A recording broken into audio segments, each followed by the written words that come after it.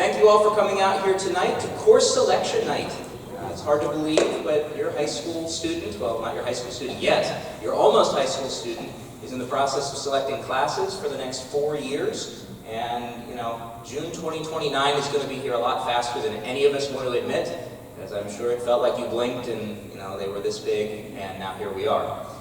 This is a really interesting conversation for me to stand up here and have. My name is Adam Oldham. I'm one of our 3 high school counselors. It's interesting for me because I'm looking out and I recognize a lot of you. And so, first of all, kudos. I'm glad my kids made good choices and picked good parents and families and friends to connect with, because you're all here. You're here talking and interested about what high school is going to look like, how to make sure your kids get a great experience. And I'm glad that, again, I know who you are, and hopefully seeing a familiar face will make this transition a little bit easier for you and for your students. I'm not the only one at the high school, though I will be the school counselor that will work with your students for the next 4 years. However, stuff happens. I get busy and somebody else might need something, and so I've got 2 other of my colleagues here with me. Dr. Jocelyn Kraus. She is currently working with our sophomore crew, which is the class of 2027. And then Mrs. Kylie Shaw is working with the current senior class, and our current 9th grade cohort as well. And so, to explain just a little, explain how that will work, let me just jump in. I mentioned we'll do introductions. I will be your school counselor in 9th grade, and then 10th, 11th, and 12th. You may say, there are 3 of you, we have 4 grade levels at the high school. How does that math work out? The way that works out is that we as the school counselors have one really big, busy year.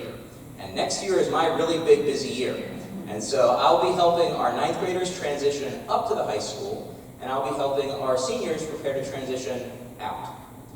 The reason that we do it like that is there are 3 of us and there are 4 grade levels. So that's just the math. However, fortunately, in that process of becoming a senior, I've spent 4 years with my seniors, and so I know them really well. I know what they need, what they don't need. Some of you and some of your students may not need to see me hardly at all. Some of you might want to see me a lot. And so by the time you get to your senior year, I will have spent a lot of time not only getting to know your student, but you as parents and families. And so it makes that transition a little easier because I know who needs things and who is fine and doesn't really need things. So I'm looking forward to a lengthy relationship together over the next 4 years. Next year we'll be busy. I say that not to somehow scare you. I email, I'm in the office every day. What we have found is that it's not so much that things are harder, it's just that there's a larger volume. And so as we go to next year, and your student might say, hey, I went down to see Dr. Oldham and he was in with someone. Yeah, probably. So we have a scheduling tool you can use. Make sure you get on a calendar. Make sure your student's using emails. I also respond to voicemails. I call. You are welcome to come in and meet with me in person. I am here and accessible to help serve you however I can over the next 4 years. Make sense? Excellent. I want us to kick off course selection night with this slide. 75% and 25%. So I'm a high school counselor. I've been doing this work for around 12, 13 years or something like that now. And so for professional development and my own personal enjoyment, I read books. And I'm reading a book right now called The Disengaged Teen. Sounds like a book that someone like me would read.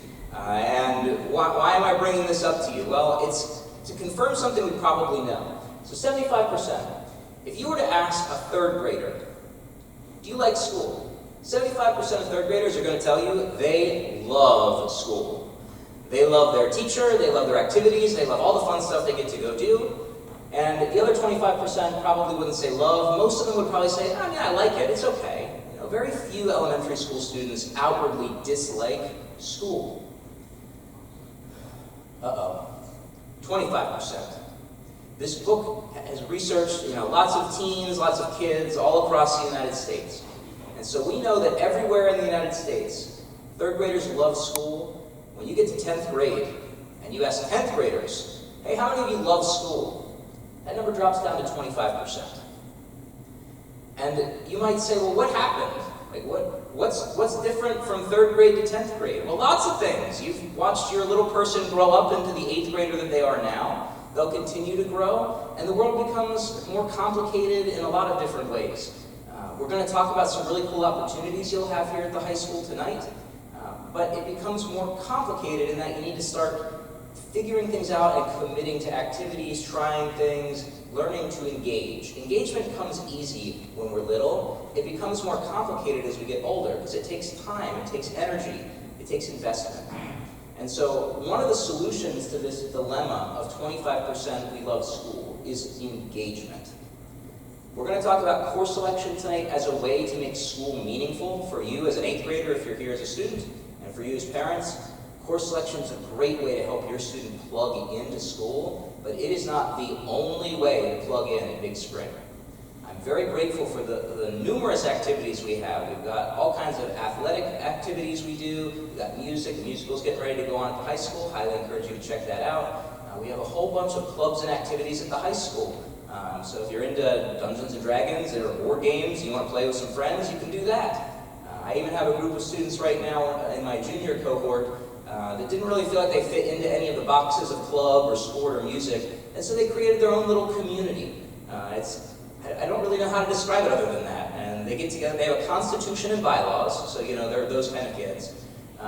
They have like a whole little ritual process of how to join their community. They get together and do holiday activities. They did a gift exchange recently. They're getting ready to do something for St. Patrick's Day. They created a community because they were engaged in doing so. You and your student, if you're looking at them going, man, I wonder how they're going to be successful in high school. Yes, there are academic skills that they'll need to have. They'll need to turn in their homework. They'll need to do all that stuff. But if you want the secret sauce to how to be successful in school, it's engagement. Get involved in something. Whether that's clubs, activities, whether that's a mentoring relationship with a teacher, learning how to do the different things that they know how to do. There are all kinds of ways to engage. We want to solve the 25% dilemma, and I would say, for the most part, looking at our high school, most students are engaged in a lot of things. We have some students that are way too involved in things. We had one student who's involved in 14 different clubs and activities. That's too much. Don't be that kid. Some of you will be that kid. Some of us are that person, right? There's never a dull moment. Find a healthy balance. It's not common that we have students that don't have something to do. And if you're not sure how to help your student engage, that's part of my job. So reach out and ask. I'm happy to help. So in addition to me as your school counselor, we also have our administration at the high school. Dr. Carnes would be with us here tonight. He's having some wrist surgery of some kind from all of his years of engagement as a student athlete. So he's getting himself repaired. But he's been great with us this year at the high school. We've been really glad to have him. We have two assistant principals. We have Mr. Smith and Mr. Sinkovich. Just like I will follow your student along over the next 4 years, Mr. Smith will follow your student along over the next 4 years. And so as far as who do I call if I have a question or a problem, you can start with me. If you need to talk to administration, it would be Mr. Smith or Dr. Carnes. And Mr. Sinkovich can pinch hit just like they can pinch hit for me if something is going on. I shared this presentation with all of your students here yesterday on Monday. So this presentation was shared with them. This is a Google Classroom that I have. You as parents can also join the Google Classroom for some updates. This presentation will also be shared with you, so you don't have to rush write everything down.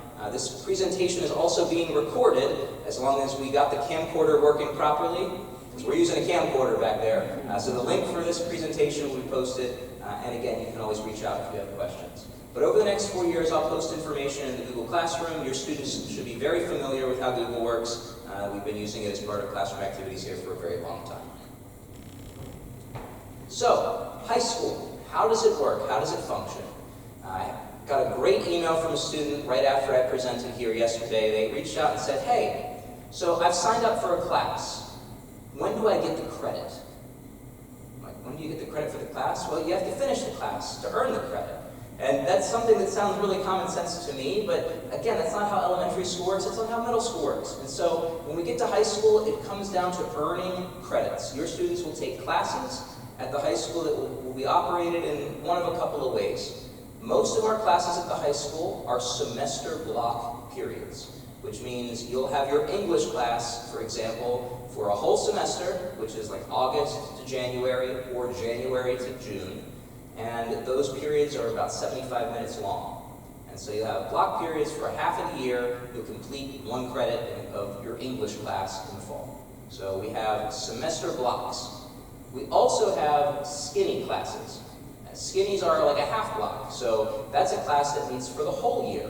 And instead of being 75 minutes, it meets for 40 minutes every day for the whole year. The minutes basically balance out, so you earn a whole credit for a full year class. We have 4 marking periods or quarters at the high school, and so you'll get a report card at the end of quarter 1, quarter 2, quarter 3, and quarter 4. We continue to use Aspen at the high school, so you can use that to check grades in real time. We encourage families to realize, though, that real time is a subjective term. Your grade in one moment can look very different if your teacher's going through and plugging stuff in, if your student has submitted late work and the teacher hasn't gotten around to it. Listen, it's school, right? Trust your student, but verify. If there are any questions about grades or like, hey, where are they at with this, reach out to teachers. You'll always get those quarter report cards, though, just like you do here. So again, you'll have semester classes, full year classes. We also have quarter classes that meet for 1 quarter. And so those are blocks. So you might have a gym class that meets for 1 quarter of the year for 75 minutes. So you'll either earn a half credit for a class or a full credit for the class. As you earn credit, that goes into your transcript, that goes into your GPA. Those are vocabulary words you'll start to learn more about. You're not going to have a GPA, you're not going to have a transcript really until the end of 9th grade because you haven't earned all those credits yet. So just be mindful if your students are really excited to start thinking about scholarships and opportunities and things like that, you're not really going to have anything to share with somebody until the end of next school year. And then that will continue to build as you go throughout high school. Some of our classes are always going to be full year classes, and so as your students selecting these things, make sure if they're in band or choir, they want to do that, make sure they're selecting that. Those are classes that meet for the whole year. FFA leadership, if your student is involved in leadership with FFA, they'll want to select that. And then we also have a Business 101 class that does activities with our Future Business Leaders of America, FBLA. There could also be other classes that will be built into those full year sections. One of the things next year that might look a little different than it does now is that some of our Keystone tested subjects, as well as some other classes, may all be in those skinny full year periods, just to make sure students are getting daily instruction and prep for those tests as that comes along. If your student is in a Keystone test, I mean, when we talk about testing, PSSAs are done at the end of this year, right? No more PSSAs. Your students will probably be very happy about that. They just have to get through the Algebra 1 Keystone, Biology Keystone, and the Literature Keystone. Those classes we are looking to potentially have be full year classes next year. However, if your student takes that in a semester block, they'll take the Keystone exam at the end of that block. And so if they take it in the fall, they'll take their Keystone in the spring, or in the January time period, so there's not going to be a gap where they have to wait around to take that. Breaking down what our schedule looks like, we essentially have a morning chunk of the academic day, we have an afternoon chunk of the academic day, and we have the middle of the day. In the morning, we have periods 1 and 2. Period 1 can have block periods, classes that are a full semester. They can also have full year classes. So period 1 can be blocks or skinnies. Period 2 will all be block or quarter classes. At the end of the day, period 4 can have semester blocks, quarter blocks, can have full year skinnies in there, and then 5th period is a block period that can have those semester classes or quarter classes. All of this will make more sense to your student once they see their schedule this summer, and so as that is put together, you'll be able to look and see how it all fits together, and students get into the rhythm of how this day looks like within the first couple of days starting next year. The middle of our day is something called Flex. So we have a Flex A, B, and C, and your student will use an app on their Chromebook or their laptop to pick what those Flex periods look like. And so Flex A has generally been used for academic support. This year, your student goes back to one of the classes they have each day of the week. So like Wednesday is period 2, and so on Wednesdays you go back to your second period class for 30 minutes for some additional support. For Flex B and C, your student uses that app on their laptop to pick what lunch they want to eat and where they want to go for that other 30 minutes. That's an opportunity to get involved in clubs. We have a lot of clubs that meet during those Flex periods. We also have students that use that to make up tests or things if they were absent or if a teacher needs to pull them to do some extra help. Students also use that for study hall time or just to get together with their friends. Nothing wrong with doing that as long as they're doing what they need to do. And so it's a little bit of freedom students have. We anticipate that Flex A will continue to be an academic support period and that students can pick either Flex B or C for lunch and activities, whatever those might look like. This is sort of the boring part of how high school scheduling works.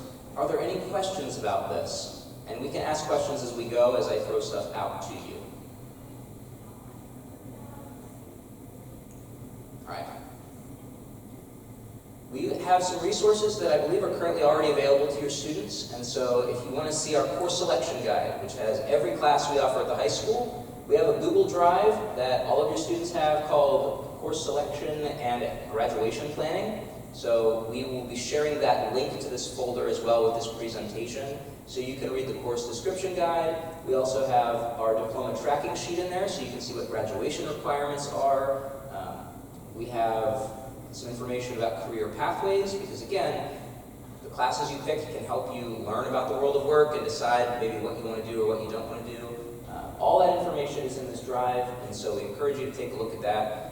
If you have any questions about things that you read, you can ask your counselor here at the middle school. You can reach out to me, email, whatever you'd like to do. But this is another resource that you as a family and your students have access to. All of our classes at the high school fit into one of these career pathways. Some of them fit into multiple career pathways. Part of why we do course selection and try to use it intentionally is to help students make decisions about what they want to do after they get out of high school. And that journey starts now. It started earlier than now, but we want to make sure your students are leaving high school ready to do something right the first time.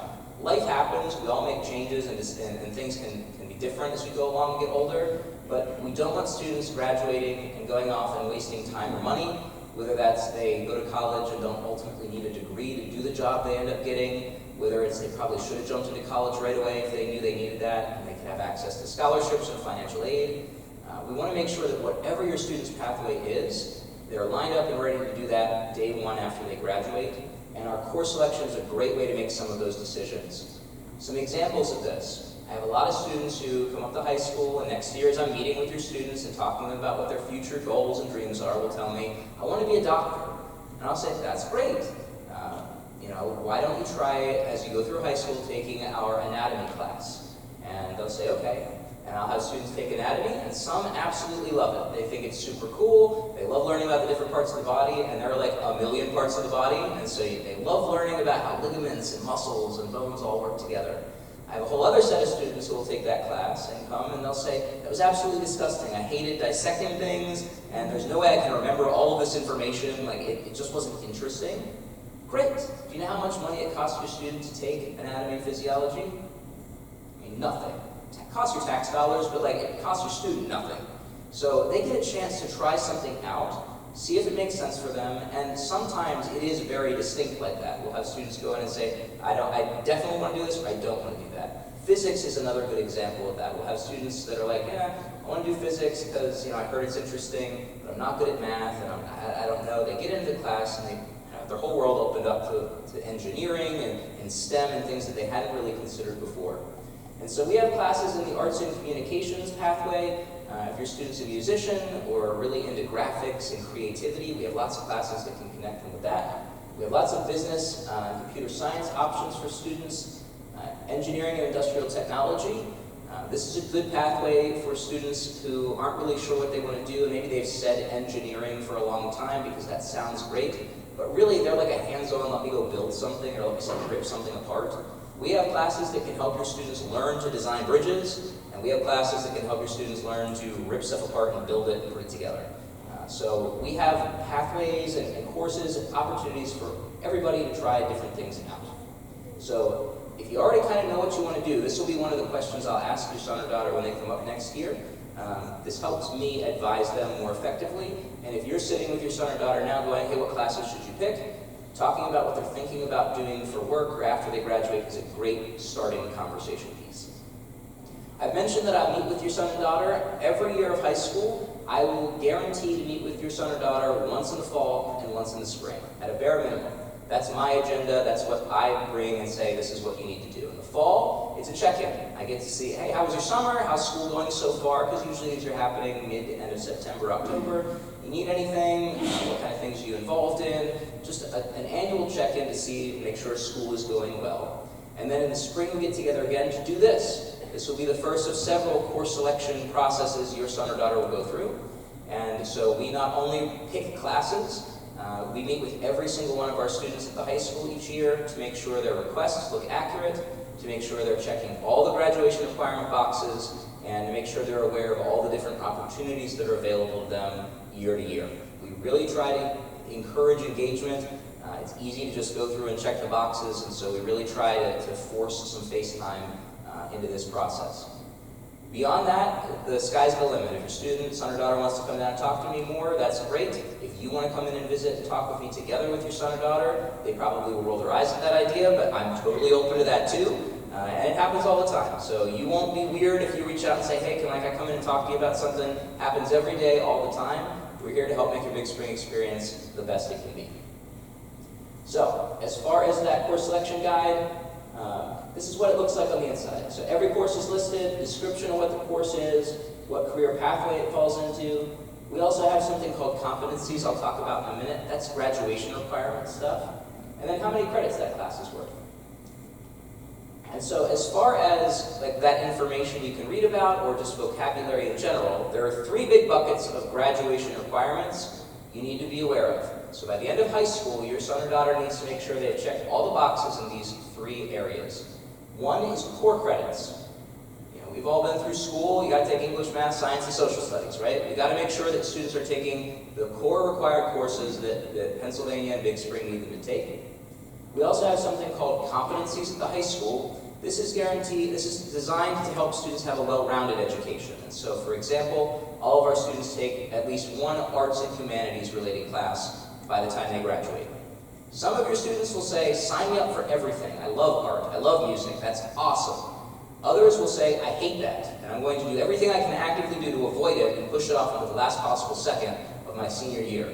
And we have seniors every year who in quarter 4 of their senior year are doing Digital Photography 1 because that's just not who they are. But we want to make sure students get some exposure to those things. And so take a music class, take an art class. That's one example of some of those competencies. And then we also have our state graduation requirements. This is when we talk about Keystone testing, etc. So for the first 2 years of high school, it's fairly prescribed. You're going to take 2 English classes, 2 math classes, 2 science classes, and 2 social studies classes. And then the 2 required health and PE classes. We have teen health, and we also have driver's ed. As far as your students selecting, math and science are going to be determined based on how ready your son or daughter is to take the Keystone exam. And so right now, everybody on their course selection sheet will say Algebra 1, and everybody will say Environmental Science. That was something we added today. Some of your students may be ready to take the Biology Keystone, and we will have them take Biology in 9th grade. That's something that after course requests have been collected, we talk with teachers, and that will be something we would add to their schedule. If they need an additional time to practice and get ready for the Biology Keystone, they take Environmental Science next year, and then Biology in 10th grade. That's all based on PSSA's and Keystone data. If you get your schedule over the summer and you're like, no, I strongly disagree with what that decision was, that's okay. We can adjust and make a change if you feel that your student would be better served either waiting or taking the test. Same with Algebra 1. We have some different math options and a sequence that goes with that. So when your schedule comes out this summer, take a look at that, and if you have questions about the placement of math or science, let me know and we can look at that together. The only other real choice you'll have in this option, everybody takes American Studies in 9th grade, that's our social studies class. For English, there's an honors English option, and so your son or daughter's teacher will probably be talking to them about what they think would be the better fit. Just goes into some deeper conversations, a little bit more fast-paced. Honors is, again, an option that they can select for that. When we get to 11th and 12th grade, it opens up a lot more. This is where your student's pathway after graduation comes into play. And so if your student knows, I want to be a doctor, and I'm still committed to that, this is where they can take anatomy and physiology. And they can say, I really like this, so I also want to take AP biology. I also want to take chemistry. They can double up in science. They can do things that make sense with their future plans. They just have to complete 8 additional core credits by the time they graduate. And so 9th and 10th grade are the core prescribed. This is what Big Spring has all of our students do. 11th and 12th grade becomes more personalized to what your son or daughter wants to do. This is also where we see students do things like dual enrollment. If they're planning to go to college, they can take coursework through HACC, or they drive and take classes at Shippensburg. We also have students who are going out and doing career internships. And so if they already have a place they know they want to work after they graduate, their senior year they can go and spend the afternoon working somewhere and earn credit to do so.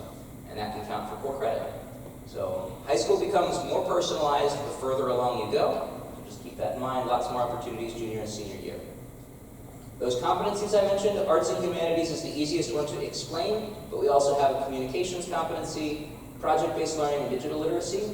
The rest of these are just, that's 11th grade social studies, this is 11th grade science, that's 12th grade English. Like, you're just going to take those as part of your core as you go. But these highlighted green competencies are those trying to help give you a well-rounded experience requirements. Communications might be something like a public speaking class, or if you're going to take Spanish 1 or something like that. A course that's going to get you up in front of your peers, communicating, practicing that skill. Project-based learning is how can I organize a project? What are the outcomes I'm expected to do? What are the steps I need to do to get there? How do I work as a team to accomplish something, etc.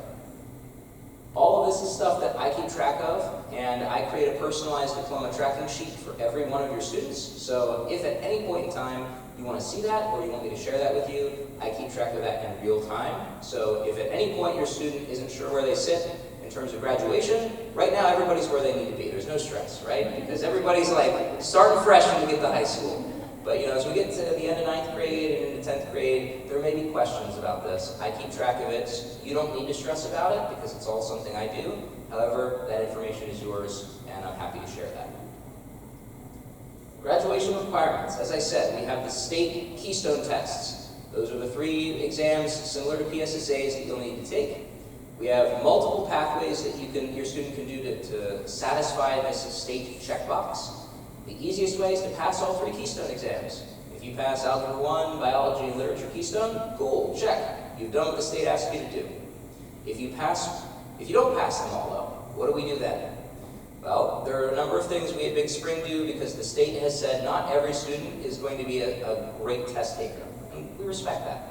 And so there are other things that students can do to satisfy this checkbox. Most of our students do it by passing the Keystones. We have some students that get really close. They pass 1 Keystone, they pass 2 Keystones, but that third one, literally, they might get like a 1499. So that the score that they receive is a 1499, and the passing score is a 1500. And that hurts, right? Because you're like what? You're gonna retake the class, you're gonna retake this test, and that hurts. And so the state says, listen, as long as you've passed at least one of them and you're like close enough, and by close enough, like there's a set score, you can check the box in that way too. So that's another way you can pass. If you're somebody that goes to Cumberland Perry Career Tech and you're in a welding shop there, you have a whole other sort of testing process you do, although you'll take the Keystones. If you satisfy the requirements of your shop, then you will check the box for career and technical education and you can graduate in that state pathway. We also have all of our students do the ASVAB, which is the military entrance exam in 10th grade, to give them an idea of what that opportunity might look like. Those scores aren't shared with the military, but it gives them a chance to see where would I sit today if I wanted to join the military. And if students are interested, then we can help connect them with recruiters, and then they can retake that as they get closer to graduation. We also have all of our students in 11th grade take the PSAT to see, well, how would I do in a college entrance exam? Just to give them an idea of if that's a path for them. Some of them are going to know 100% that's what they want to do. Some are like, I don't really know. So give them that chance to try that too. All of these things are ways to satisfy the state graduation requirement. So I say all that to say, most of our students are going to pass their Keystone exams or take care of 2 of the Keystone exams, but there are backup plans if that doesn't work out. Again, that's all information that as your school counselor, I keep track of in obnoxious amounts of detail. You don't need to stress about that. So if you ever have a question about where your son or daughter is standing right now for graduation, I can answer those questions as high school moves along. Additionally, we have something called a distinguished diploma. Some of your students are going to be college bound. They know they want to go on into a career that requires that training. And so to prepare students for a competitive college application transcript and get them ready for scholarships, we have the Distinguished Diploma Program. This encourages students to take 2 years of a world language, take a number of AP and honors classes, and also complete community service so that they have a nice, well-rounded application once we get to their senior year to start applying to places. Many of your students might do this anyway without thinking, oh yeah, I want to get the Distinguished Diploma. But if they're looking to get a competitive edge for college admissions, this is a process that can start as early as 9th grade as you start to take these things. And again, you can start accruing citizenship hours in 9th grade for students who participate in a school sport like baseball or football, or if they participate in a season of like the musical, things like that, they can earn citizenship hours for doing that.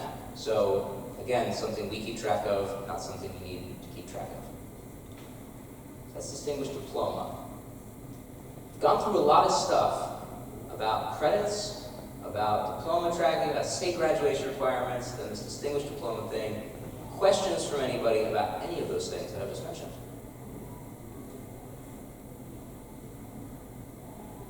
All right. So, lots of opportunity at the high school. What are we supposed to do next? We're here to learn about how course selection actually mechanically works. So you all have Aspen, and your student all has an Aspen account. What they will need to do, and these forms have been turned on as of this week, your student will need to log into Aspen, and they will need to select the courses they want to take.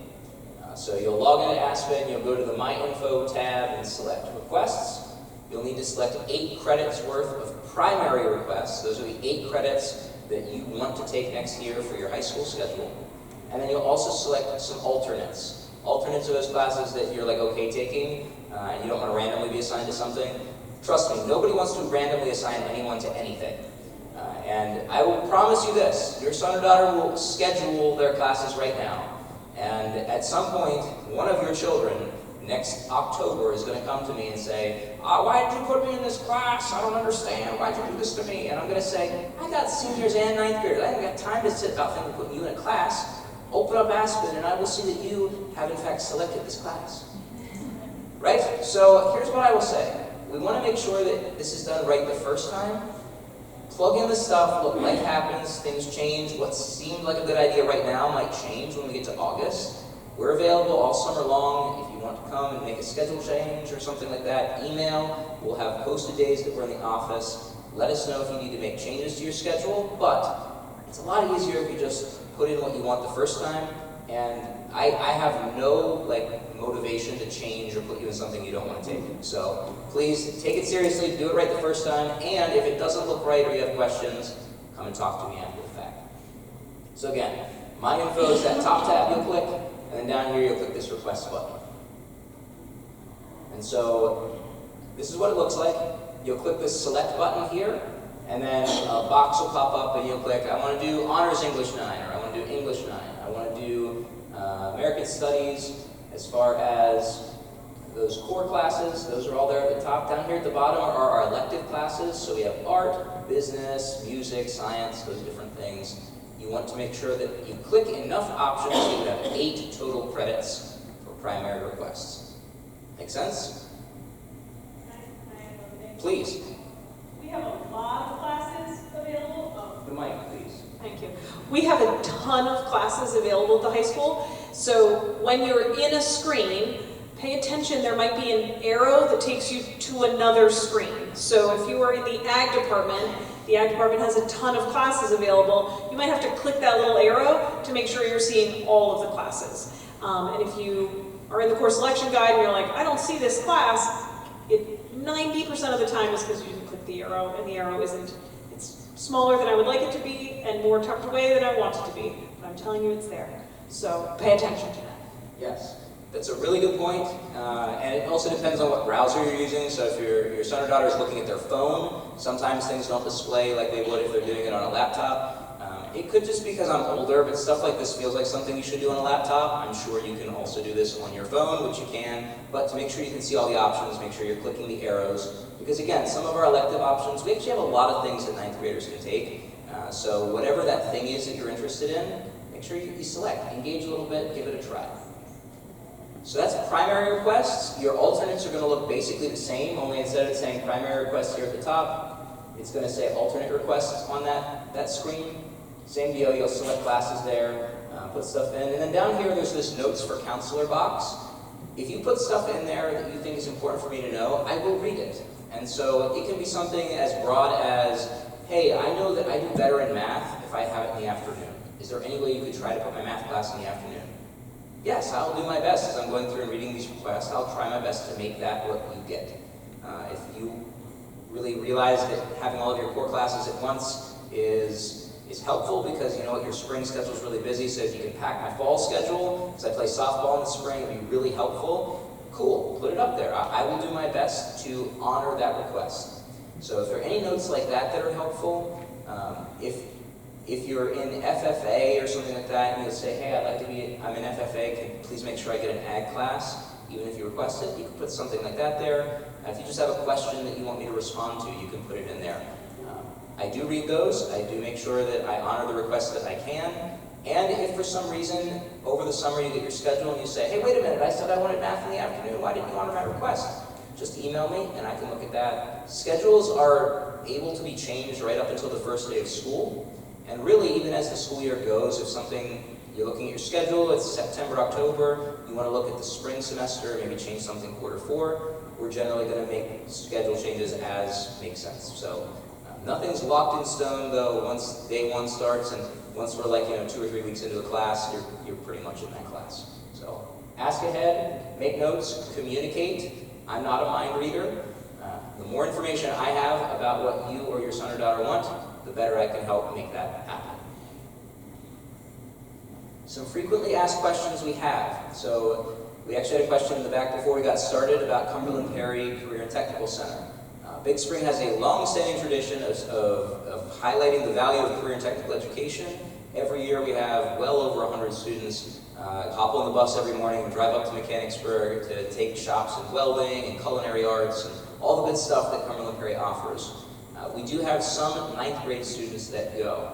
And so Cumberland Perry came, I believe they gave a presentation. Your students would have toured there earlier this year, I think it was, in the fall. So if they decided to apply now, what I'll say is that if many of them applied, which they usually do, most of them will not get in 9th grade. Do not get discouraged by that. Very few students get to go in 9th grade, and that's not really like a privilege. The challenge with Cumberland Perry is that they have 3-year shops. And so most of our students apply in 9th grade and then go 10th, 11th, and 12th grade. The reason that works out nicely is because that 3rd year of Cumberland Perry is usually when students are going out and doing co-op or doing some more advanced opportunities that require them sometimes to be 18. It's difficult to do that if you're kind of tapping out in 11th grade. And Cumberland Perry also seems to prioritize mostly upperclassmen as they're putting that in, they're making their selection decisions. So I'm not saying you won't get in if you applied to go in 9th grade and that we won't make that work. More importantly than that, if you apply and don't get in and that was something you really wanted, do not be discouraged. We'll just apply again in 9th grade for you to go in 10th, 11th, and 12th grade. Does that make sense? Okay. So as you're selecting your classes, even if you applied to Cumberland Perry, select all 8 credits just like you were going to come to the high school all day. Once Cumberland Perry tells us, hey, so-and-so got in, then we will make changes to your schedule. But assume that you're going to be at the high school all day next year until we hear otherwise. As far as FFA goes, we have a robust FFA program at the middle school and the high school. If that's something you participate in, you need to be in at least 1 ag class each year. And so if that's something that applies to you, we need to make sure that at some point during the year you're taking an ag class. That can be a 1-quarter class, it can be a full year class, you just have to be in 1 ag class at some point in the year. If your son or daughter is doing band or chorus, they need to make sure they select that on their sheet, and then Mr. Tiffany will follow up with them later this spring. There are different ensembles at the high school, and so there's an audition process to make sure everybody is where they need to be. And so make sure you're selecting band or choir if that's something that applies to you, and then Mr. Tiffany will follow up with the list of students who select that as the spring goes on. As far as making specific requests for teachers or for best friends, we don't make schedules based on teacher preference or on best friend preference. So for one, this is Big Spring, we're not Cumberland Valley, so we only have so many boxes and so many places for people to go.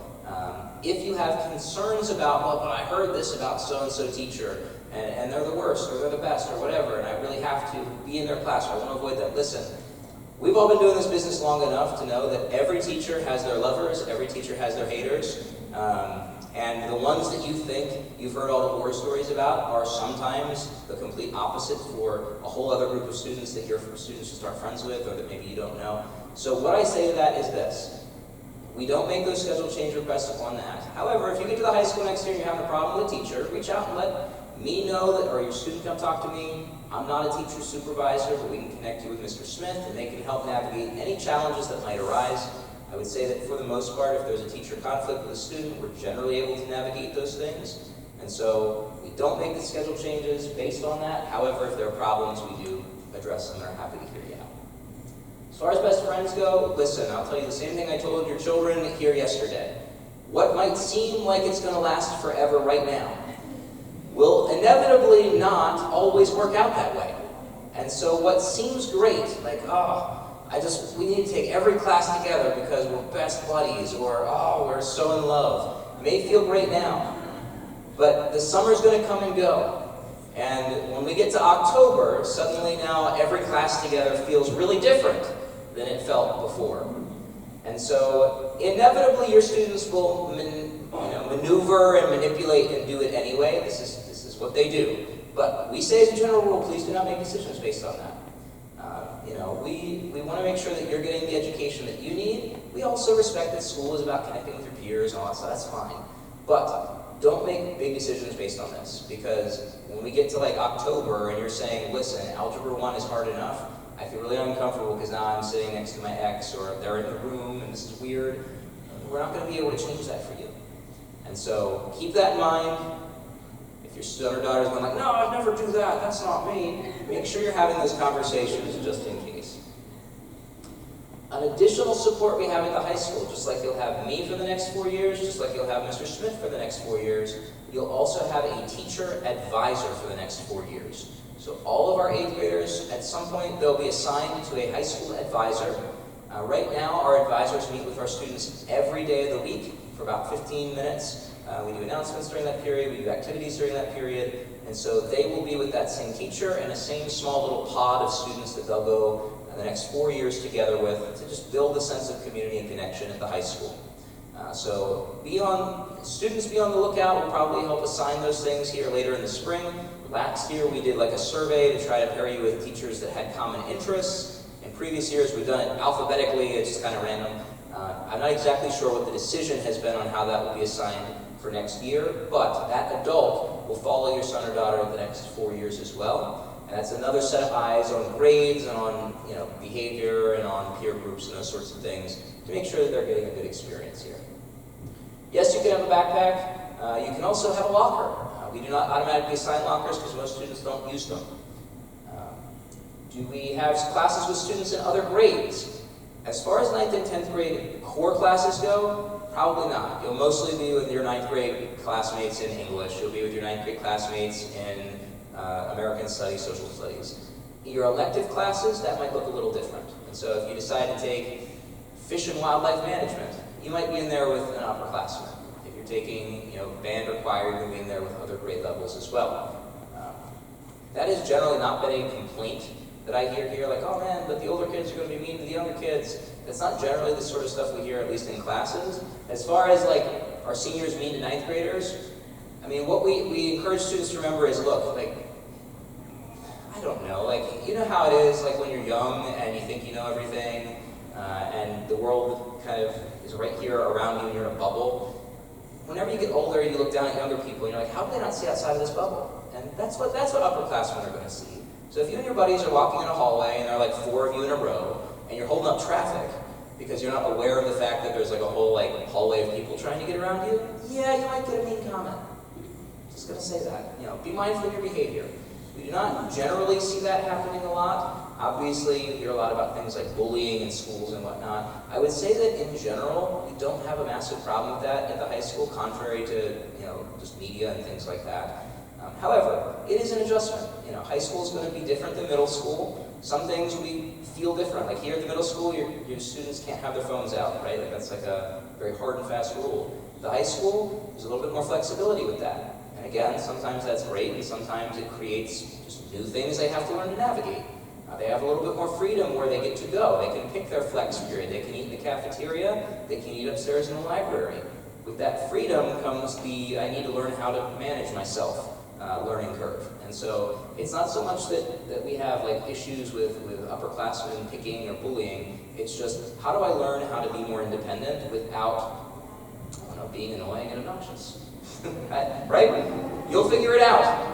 It's part of that learning, right? So again, like I said, if you're taking up space in the hallway or you're talking loudly, you will get some feedback on that. If you have any concerns about behavior at the high school, that's a resource that I'm here to serve for you at. So if you have concerns about, hey, I'm worried that my son or daughter is getting picked on, I'm worried that they're not fitting in with this class, or I'm worried that there might be something happening, please reach out. It happens, I mean, I don't want to say it happens all the time as though there's just a deluge of problems, but it is not uncommon for parents to reach out and say, hey, I'm worried about something, can you check in on this, or hey, I want to report something, and we can work through those processes and help. But generally our students get along, generally our students find a place, they find a group, they find things, and they begin to engage, which is great. As far as final thoughts, all course request forms in Aspen need to be submitted by March 28th. So we got a couple of weeks here for you to go in, sit down with your son or daughter, and say, okay, show me what you picked. There's no fancy sign-off process like maybe we had to do when we were younger. They just click the submit button and it goes in Aspen. Again, it's not locked in stone. We'll review all of those requests in case something needs to be changed, but we ask that they all be submitted by the 28th.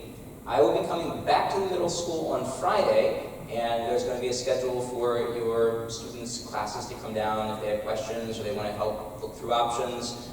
I have a lot of information about this stuff, and so while I do not expect any of you to be experts on the course offerings at the high school, it's kind of what we do. And so if you want to know what we do in Woodshop 1, well, come and talk to me. I can explain how that looks and how that's different than wood production.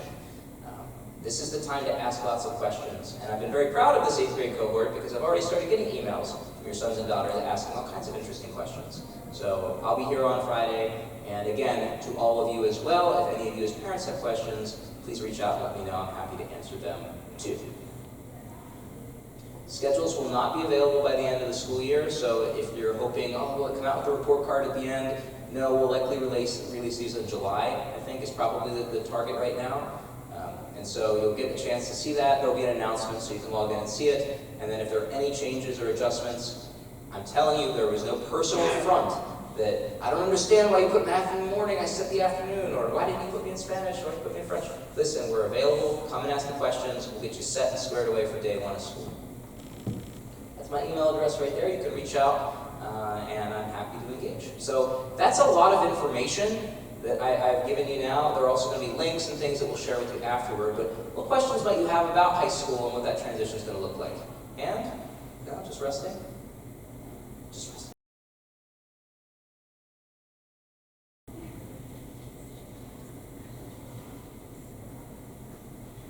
What's some of the energy you're getting from your son or daughter about this high school scheduling stuff? Apathetic, they're on their phone all the time, I don't know.